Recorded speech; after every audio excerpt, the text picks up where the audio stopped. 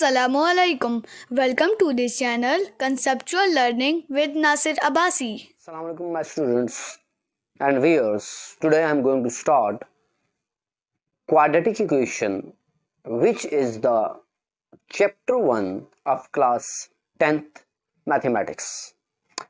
तो students what is quadratic equation, थोड़ा सा आज इस पे बात कर लेते हैं.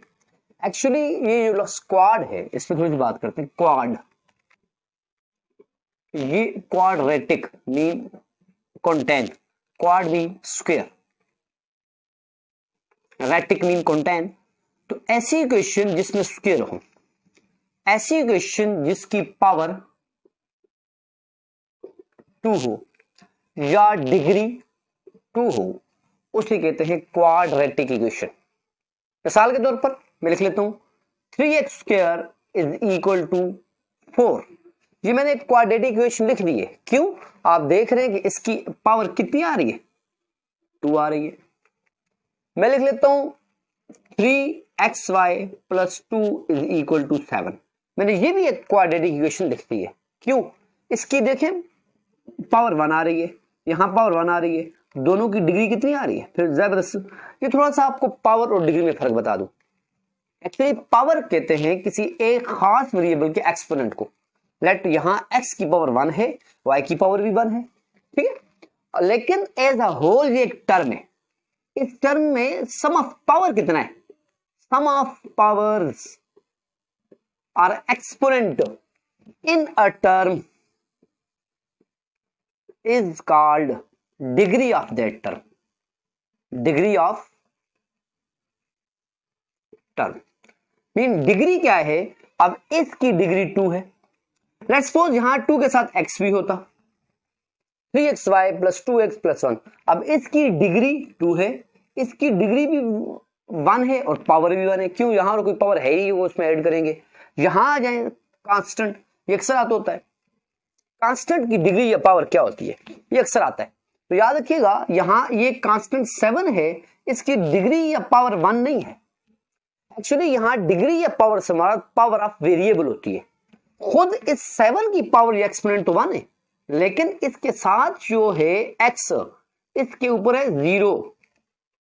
x पावर 0 1 होता है. Anything has power equal to 1, has power 0 is equal to 1. Why? इसको एक्सप्लेन कर लेते हैं. अक्सर लोगों को नहीं पता होता. हालांकि ये क्लास 9th में चैप्टर 2 है रियल नंबर, वहां ये एक्सप्लेन किया जाता है. देखिए हम कहते हैं x बाई x, क्या आंसर आएगा? तो हर बंदा कहेगा जी 1. क्यों? कोई भी सेम चीजें कैंसिल होगी 1 बच जाती है. चाहे x बाई x हो, चाहे 10 बाई 10 हो, चाहे 3 बाई 3 हो, व्हाटएवर, ठीक है. लेकिन इसकी पावर क्या है? 1. इसकी पावर क्या है? 1. x पावर 1, ये डॉट जहां मल्टीप्लाई को शो कर रहा है x. इस 1 को ऊपर ले जाए. आपको पता है जब कोई चीज डिनोमिनेटर से नोमिनेटर में जाती है तो उसकी पावर -1 हो जाती है. क्लास 10th के स्टूडेंट्स से समझते हैं, क्योंकि 9th में मुझे पढ़ के आ चुके होते हैं. याद रखिएगा नेक्स्ट नॉलेज के लिए प्रीवियस नॉलेज को होना बहुत जरूरी है. हमारे यहाँ अक्सर टीचर की स्ट्रेटेजी होती है कि वो बच्चों को ज्यादा से ज्यादा दिखाएं, पढ़ाएं. हालांकि कोई होनी चाहिए कि उनको बैक जो नॉलेज है, प्रीवियस नॉलेज है, वो रिकैपिटुलेट करवाएं, ठीक है. तो बहरहाल is equal to 1 as it is पर. यहाँ x पावर बेसिस सेम है, पावर z हो जाएगी 1. यहाँ से पता है माइनस तो माइनस आ जाएगा, 1 - 1 इज इक्वल टू 1. तो देखिए x 1 - 1 कितना आ गया? 0 इज इक्वल टू 1. ये तो एक जनरल बात आ गई थी कि भाई 7 की डिग्री क्या है. तो 7 हैज डिग्री 0.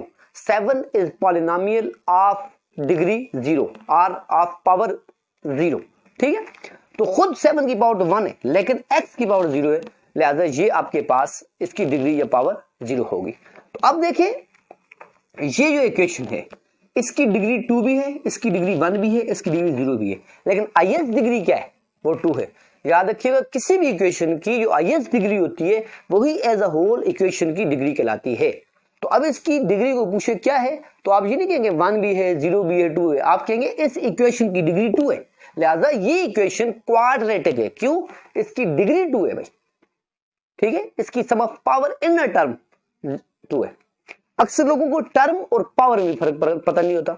मैं ये भी क्लियर कर देता हूं इसके टॉपिक पे. ये देखिए ये बेसिक नॉलेज है. ये वो कंसेप्चुअल बातें हैं जिनको आप सीखेंगे तो आपको इंशाल्लाह ना आगे पढ़ने में कोई मसला होगा और ना पहले आपने जो पढ़ा है उनके समझने में कोई मसला होगा. तो टर्म और ये इंशाल्लाह क्लास 9 की जब मैं लेक्चर्स दूंगा तो वहां भी क्लियर करूंगा, लेकिन आज चूंकि 10th का लेक्चर है, अभी तक मैंने 9th लेक्चर ऑनलाइन नहीं हुए, तो मैं आपको यहां बता देता हूं टर्म और फैक्टर में क्या फर्क है। क्योंकि मैंने कहा sum of power in a term, अक्सर लोगों को पता नहीं होता। देखिए मैं 3 + 2 ये कितनी टर्म्स है, ये 2 टर्म्स है। लेकिन इसी का लिख लेता हूं 3 × 2, तो ये कितनी टर्म है, ये 1 टर्म है। तो ये 2 टर्म है और ये 1 टर्म है। तो ये 3 और 2 फिर क्या है, ये 1 टर्म के 2 फैक्टर्स हैं। ये 1 टर्म के 2 फैक्टर्स हैं, ये 1 टर्म के 2 फैक्टर्स हैं, जबकि ये 2 टर्म्स हैं। तो यहां से क्या बात क्लियर हो रही है, यहां से ये बात क्लियर हो रही है प्लस और माइनस का साइन याद रखिएगा टर्म्स को शो करता है, और फैक्टर के दरमियान फैक्टर किन मल्टीप्लाई और डिवाइड का साइन फैक्टर्स को शो करता है। याद रखिएगा मल्टीप्लाई और डिवाइड के दरमियान अगर 2 नंबर्स के दरमियान होगा, इट मींस वो 2 नंबर किसी एक टर्म के पार्ट है। और अगर प्लस और माइनस किसी 2 टर्म्स के 2 नंबर्स के दरमियान होगा, 2 क्वांटिटी के दरमियान, मीन वो 2 टर्म्स होती हैं। फिर ये भी याद रखिएगा टर्म्स जो होती हैं वो इंडिपेंडेंट होती हैं, यानी ये 3:2 पे डिपेंड नहीं करता, जबकि फैक्टर्स इंटरडिपेंडेंट होते हैं, ये एक दूसरे पे डिपेंड करते हैं। जैसे ये एक मार्कर है, ठीक है, ये एक मार्कर है, तो ये इसकी केप है, ये इसकी केसिंग है, इसके अंदर एक बुरशी भी है, इसके ऊपर ये नेब भी है। तो ये सारे क्या है, इन ये सारे फैक्टर्स मिलाएं तो ये एक मार्कर बनता है। तो ये सारे फैक्टर्स एक दूसरे पर इंटरडिपेंडेंट है, मीन ये केप के बगैर ये मार्कर सूख जाएगा। ये इसका हैंडल ना हुआ, ये बंद करने वाला, ये इसकी कवर ना हुई, ये केसिंग ना हुई, तो ये भी तब भी एग्जिस्ट नहीं कर सकेगा। तो ये सब सारे इंटरडिपेंडेंट है। इसी के मुकाबले में एक और मैं मार्कर ले आऊं या एक पेन ले आऊं, तो उस पेन के इसके साथ कोई तरह नहीं, उसका अपना काम है, इसका अपना काम है। तो वो पेन इस मार्कर से के इंडिपेंडेंट है, वो उस पर इन्हिसार नहीं करता। तो सेम इज द केस, ये 3 + 2 जो मैंने लिखा हुआ है, यहां मैं और क्लियर लिख लेता हूं, ये 3 + 2 दीज आर इंडिपेंडेंट टर्म्स।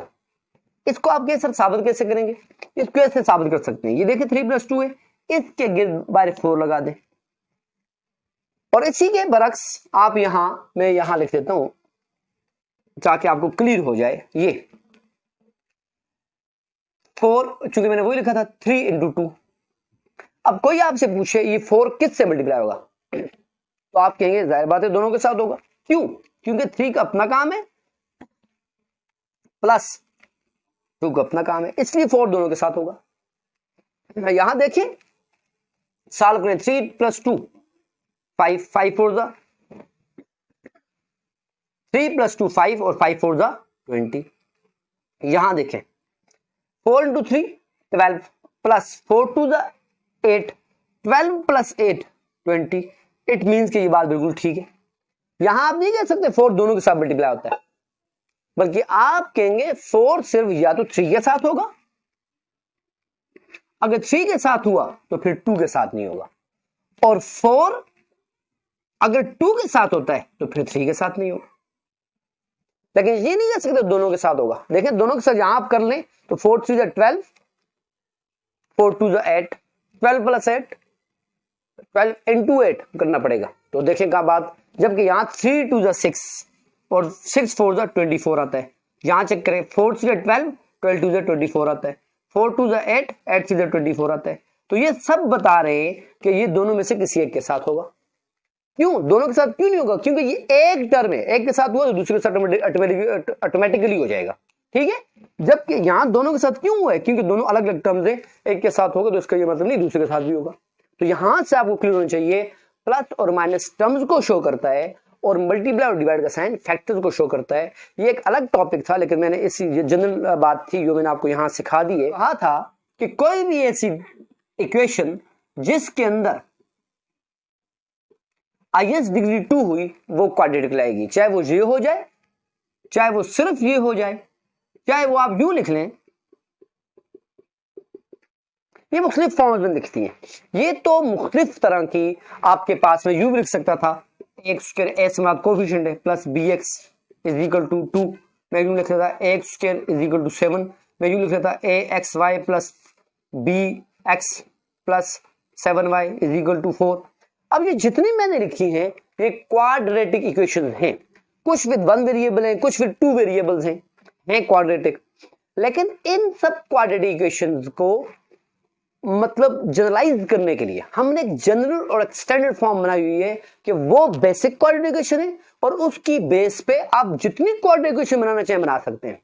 वो बेसिक क्या है, वो स्टैंडर्ड क्या है, जैसे आपको पता है हर चीज मेजर करने के लिए एक स्टैंडर्ड को सिलेक्ट किया जाता है और उस स्टैंडर्ड के अकॉर्डिंग सारे पैमाने बनाए जाते हैं। लेट्स सपोज आप कहते हैं लेंथ की SI unit standard unit metre है। अब मीटर की बेस पे आप यार्ड भी बनाते हैं, मीटर की बेस पे आप सेंटीमीटर भी बनाते हैं, मीटर की बेस पे आप किलोमीटर को भी डिफाइन करते हैं, मीटर की बेस पे आप फीट को भी डिफाइन करते हैं, मीटर की बेस पे इंचेस को भी डिफाइन करते हैं, मीटर की बेस पर माइल को भी डिफाइन करते हैं। तो सेम इज द केस है, यानी बहुत सारी क्वाड्रेटिक इक्वेशंस है, लेकिन एक स्टैंडर्ड होनी चाहिए जिसकी बेस पे हम सबको डिफाइन कर सकें। और वो स्टैंडर्ड क्या है, that is x square plus b x plus c is equal to 0। ये जो है that is called standard quadratic equation with one variable, क्योंकि स्टैंडर्ड क्वाड्रेटिक इक्वेशन जो है वे 2 वेरिएबल भी हो सकती है। वो ये होगी, वो आपके टॉपिक में नहीं, वैसे बता रहा हूं, x square plus b x y plus c y square is equal to 0, ये भी हो सकती है। लेकिन बात फिर वो ये स्टैंडर्ड एक ही होता है। अब अगर ये क्वाड्रेटिक बनी है इसकी बेस पे तो आप वो भी कर सकते, 2 वेरिएबल भी कर सकते हैं, वो कोई केस नहीं है। लेकिन आपके पास बेसिक जो स्टैंडर्ड इक्वेशन है वो एक ही है with one variable, that is x square plus b x plus c is equal to 0। तो ये आपके पास मुख्तसर सा स्टैंडर्ड इक्वेशन की यूं समझने एक डिफिनेशन थी, एक मुख्तलिफ टाइप की इसकी एक्सप्लेनेशन थी, ठीक है। यानी ये आपके पास स्टैंडर्ड इक्वेशन की डिफिनेशन थी और उसको लिखने के तरीके थे और उसको मैंने किसी हद तक आपके सामने एक्सप्लेन कर दिया। इसमें एक और बात, इसकी एप्लीकेशंस क्या है और इसकी हिस्ट्री क्या है। ये अक्सर मैं आपको चूंकि जो कोई भी टॉपिक बताती करता हूँ, क्योंकि ये भी आपको कॉमन चीजें हैं, इसकी हिस्ट्री तो बहुत पुरानी है, बेबीलोनियंस की है। यानी बेबीलोनियंस वो एरा है जो मतलब 300 BC यानी ईसवी से before the death of before the ईसा अलैहिस्सलाम, ठीक है। यानी ईसा अलैहिस्सलाम से भी पहले की, यानी उनसे भी 3000 साल पुरानी की हिस्ट्री है। और उसके बाद फिर आगे चलते हैं। लेकिन ये है कि इस पर सबसे ज्यादा जो काम किया है वो यूक्लिड ने किया है, ठीक है। उसके बाद यूक्लिड के साथ पाइथागोरस ने किया है। लेकिन क्वाड्रेटिक इक्वेशन को सबसे ज्यादा अलजेब्रा को वैसे भी एक्सप्लेन करने वाले मुस्लिम साइंटिस्ट थे 9th और 10th सेंचुरी के दरमियान, जो मुसलमानों के अरूज का दौर था। उसमें मुसलमानों ने बहुत बड़े फतूहात भी की हैं और बहुत बड़ी उन्होंने इल्मी कारनामे भी संजाम दिए। तो सबसे बड़ा नाम जो तारीख के अंदर रोशन है इस हवाले से वो है खवारिज़मी, मूसा बिन खवारिज़मी है। और इसके अलावा और बड़े बड़े साइंटिस्ट भी हैं जिनका नाम इसके अंदर शामिल है। कि यानी यूं समझ लें कि क्वाड्रेटिक इक्वेशन क्या पूरे अलजेब्रे के अंदर सबसे ज्यादा जो काम किया है और उसी की बेस पे आज तक हम ये तमाम अलजेब्रिक रूल्स को पढ़ रहे हैं, उसमें ज्यादा कंट्रीब्यूशन मुस्लिम साइंटिस्ट का है, मुस्लिम मैथमेटिशियंस का है। 9th और 10th सेंचुरी के जो मुस्लिम मैथमेटिशियंस हैं उन्होंने बहुत बड़ा काम किया है, जिनमें मुख्तलिफ नाम हैं और उनमें से मैंने एक जिक्र कर दिया। बहरहाल ये तो मुख्तसर सी हिस्ट्री थी। और प्लस एप्लीकेशंस क्या है, तो इसकी एप्लीकेशंस इतनी वाइड है। आप मैंने जब कह दिया अलजबरा और मैंने कह दिया कि अलजबरा कह दिया तो समझ लें इसकी फिर आपको समझ आ जाएगी कि ये कितने मतलब कोई ऐसी फील्ड नहीं है जहाँ क्वाड्रेटिक इक्वेशन इस्तेमाल ना होती हो, चाहे वो कैलकुलस है, चाहे वो मैकेनिक्स है, चाहे वो टेक्निक्स है, चाहे वो वट एवर प्योर मैथमेटिक्स है, अप्लाइड मैथमेटिक्स है। क्वाड्रेटिक इक्वेशन जो है तमाम फील्ड ऑफ समझ लें तमाम फील्ड ऑफ तमाम ब्रांचेस ऑफ मैथमेटिक्स में वाइडली यूज होती है। यानी कोई ऐसी खास स्पेसिफिक फील्ड नहीं है जहां इसको यूज ना किया जा सके। अब एक और बात, क्वाड्रेटिक इक्वेशन को क्वाड्रेटिक इक्वेशन कहते क्यों है, एक रीजन तो मैंने आपको ये दे दी कि इसकी हाईएस्ट पावर 2 है।